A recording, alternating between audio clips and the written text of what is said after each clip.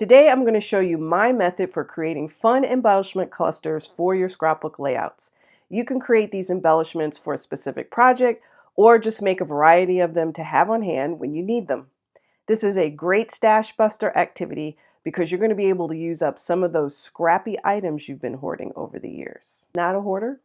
Oh, okay, maybe that's just me. Since at the time of this video, it's the beginning of fall, I'll be making fall-themed embellishments, but you can certainly follow these steps for any theme that you like. The possibilities are endless for wherever your creativity takes you. So let's go. The first thing you want to do is figure out your theme and color scheme.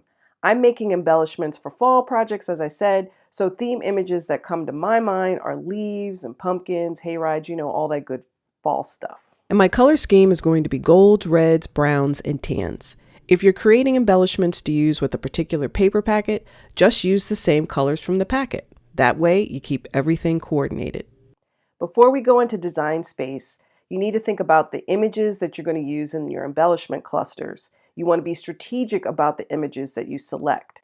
If you watch my title block video, some of these next steps will be familiar to you. You need a base element to anchor the cluster. You start with the base and then you build up from there. It could be a basic shape like a circle or a square or even a tag. Your clusters will be made up of no more than 7 different elements. Your base counts as one of them, so you need to choose up to 6 more. These can be die-cut images or items from your stash like stickers, ribbons, pearls, dots, etc. Not every element has to come from Design Space. I think it's good to mix up your clusters with varying types of items, materials, sizes, and textures to make your clusters more visually interesting.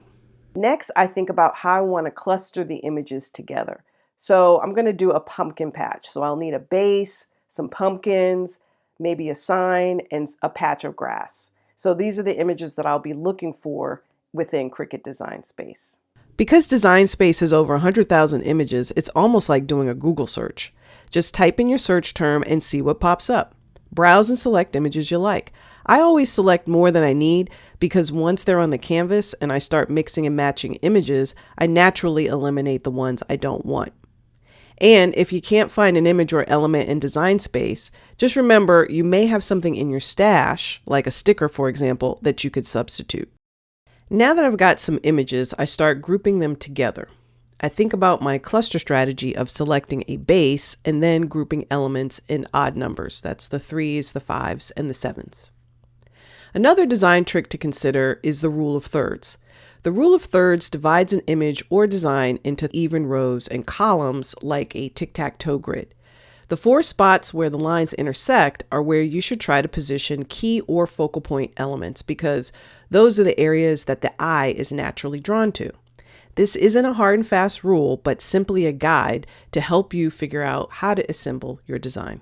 At this stage, I'll also use certain Cricut functions to modify my images. For example, I'm going to create stickers from some of the pictures I've chosen.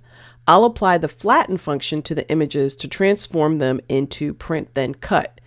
To write on an image with the pen tool, I'm going to apply the attach function, which will connect the image and the text together. So when I go to cut, Cricut will prompt me to insert my pen, and then it can do write then cut. Another function I've used in this project is contour, which allows me to hide a portion of an image layer by removing its cut lines. And all of these functions together help me to really customize my embellishment clusters. After you've come up with your cluster designs, now it's time to cut. And here's where you need to think about your color scheme and your cutting materials. I've created these squares in Design Space to represent my color scheme and the papers and cardstock I'm going to use to cut my images. When looking at the images I have on the canvas, I see that I have way too many colors. You can see how many by clicking on the ColorSync panel. I want to try to consolidate the number of image colors to closely match my scheme. To do this, I'll look at my designs and adjust the colors of the various elements. There are 2 ways to do this. The first way is to use the Layers panel to select an element, then go up to the Operations section and click on the square to change the color, or I can use my ColorSync panel to drag images between the different colors. You're going to repeat this until you're satisfied with your final color selections. You can see the results on your canvas. I still have quite a few colors, but not as many as I did before. Keep in mind that you may have images with shading, and you probably want to retain that color for the finished cut, so be mindful of that as you're making your color adjustments. Make sure you cut images that use the same material on the same mat. If all of your images are cut from paper and cardstock, that won't be an issue. Same goes for stickers because Cricut puts them on a separate mat for you. However, in my project, I wanted to cut my squirrel from felt, so I had to ensure that the squirrel pieces weren't mixed in with the other colors. I needed to create extra colors so that I would have a mat just for those pieces that I want cut from felt. One thing to note, if you're using the color scheme squares, make sure you turn them off before you cut. To do this, turn off the eye icon next to the squares in the layers panel. You can also delete the squares altogether by selecting the layer and then clicking on the trash icon at the top of the layers panel.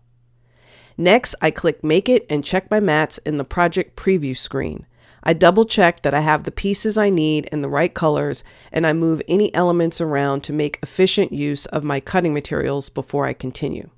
If everything is as you like it is for me, you can go ahead and proceed with cutting. Here are all of the various cut pieces. You'll notice in some of my clusters, I've swapped out die cuts for other materials. When you're designing and creating, sometimes you just get those little sparks of inspiration to try something. And when that happens, I just go with the flow and see if it works. A little experimentation with crafting is always good. As I'm putting the clusters together, I'm layering certain elements using foam tape. You don't have to do this, but I find layering at least one piece makes your cluster pop, especially once you put it on your scrapbook page. Our last step is to add any finishing touches like ribbon, dots, pearls, all those little bits from your stash that can add a nice polish to your embellishment clusters. And here are the final embellishments.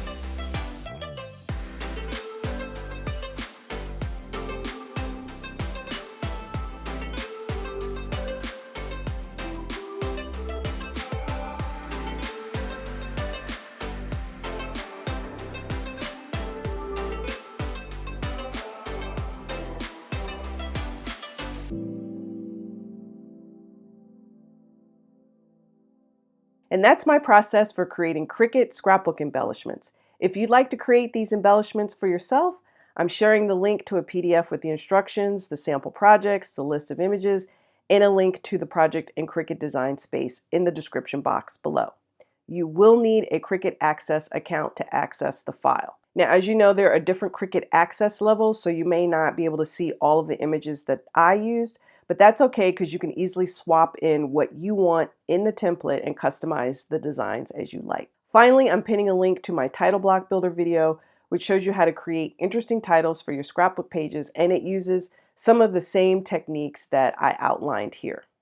As always, I'm happy to answer any questions you may have about this project, so please leave them in the comments below. Thanks for watching today's video on creating Cricut scrapbook embellishments. If you liked it, be sure to like and subscribe to my channel, and don't forget to hit the bell so that you don't miss any future clips like this one. And as always, happy scrapping!